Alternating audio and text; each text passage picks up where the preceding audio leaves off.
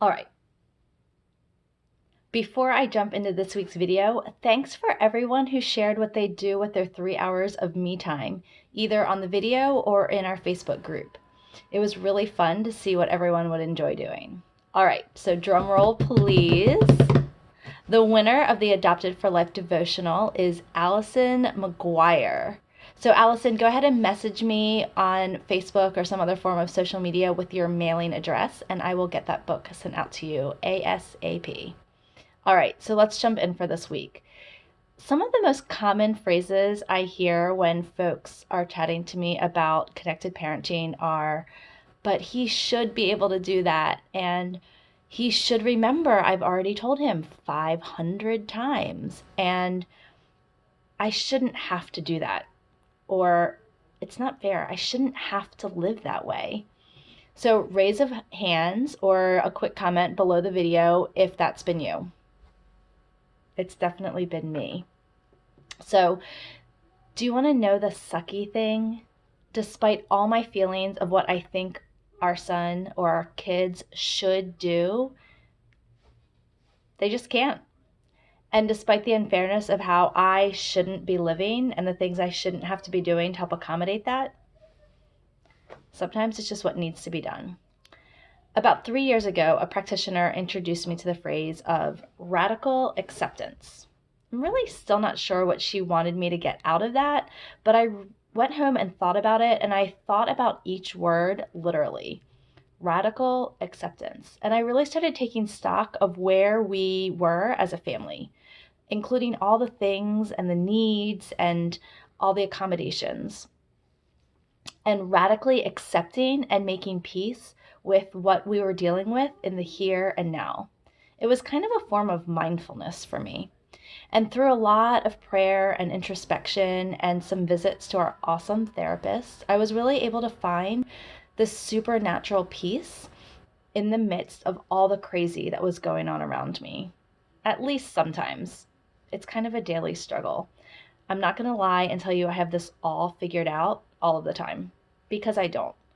But the crazy thing is that whenever I stop fighting against the reality that is my life, I'm calmer, and it makes my kids calmer, which means they have less behaviors and they operate at the top of their ability set.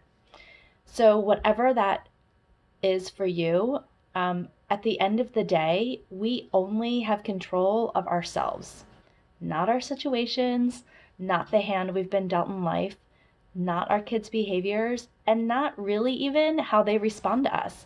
Sometimes we do it all right, and they're so fragile or they're dealing with so much hurt and fear and shame that they still have maladaptive things. So here's our challenge. Instead of hyper zoning in on all the deficits that are annoyingly rearing their ugly heads, let's focus on shedding all of our should statements.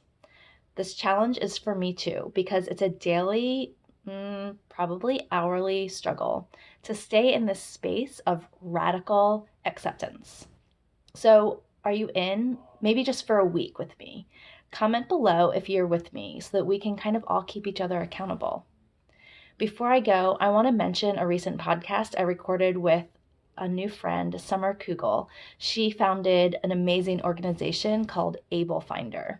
She's launched this awesome chatbot. It's built on the Facebook Messenger platform that's really going to be connecting us and folks with disabilities, so us as caretakers and then folks with disabilities, connecting each other all over the world in a kind of more smaller, intimate setting than larger Facebook groups often let us do. So you may find yourself in a moment and you just need to connect with someone, and the chatbot's going to be able to do that for you. So it's really, her goal is to help us not feel so isolated in our journeys, which I love because I've been there. I've been that isolated family, and I know that we're not alone in our isolation, which I know sounds kind of paradoxical, but It's true. You can register to be a part of this chatbot and be a part of the community really easily. All you have to do is look up AbleFinder on Facebook or just go to facebook.com/AbleFinder and click on the send message button. And that will put you in touch with the chatbot who will ask you a couple questions to get you started. Super simple. So, yeah, so the link to the podcast, if you want to just hear more about what AbleFinder's vision is and more about Summer and her journey, you're going to love her. And she has this amazing Australian accent. I'm going to put the link to that in the description of the video, so check that out. And then, of course, all the other places that you can connect with me and let me know that you're doing this shedding the should statements challenge with me this week. All those places are in the description as well. So Instagram, Facebook, Twitter, all of those things. I hope you guys have a great weekend, and I'll see you next week.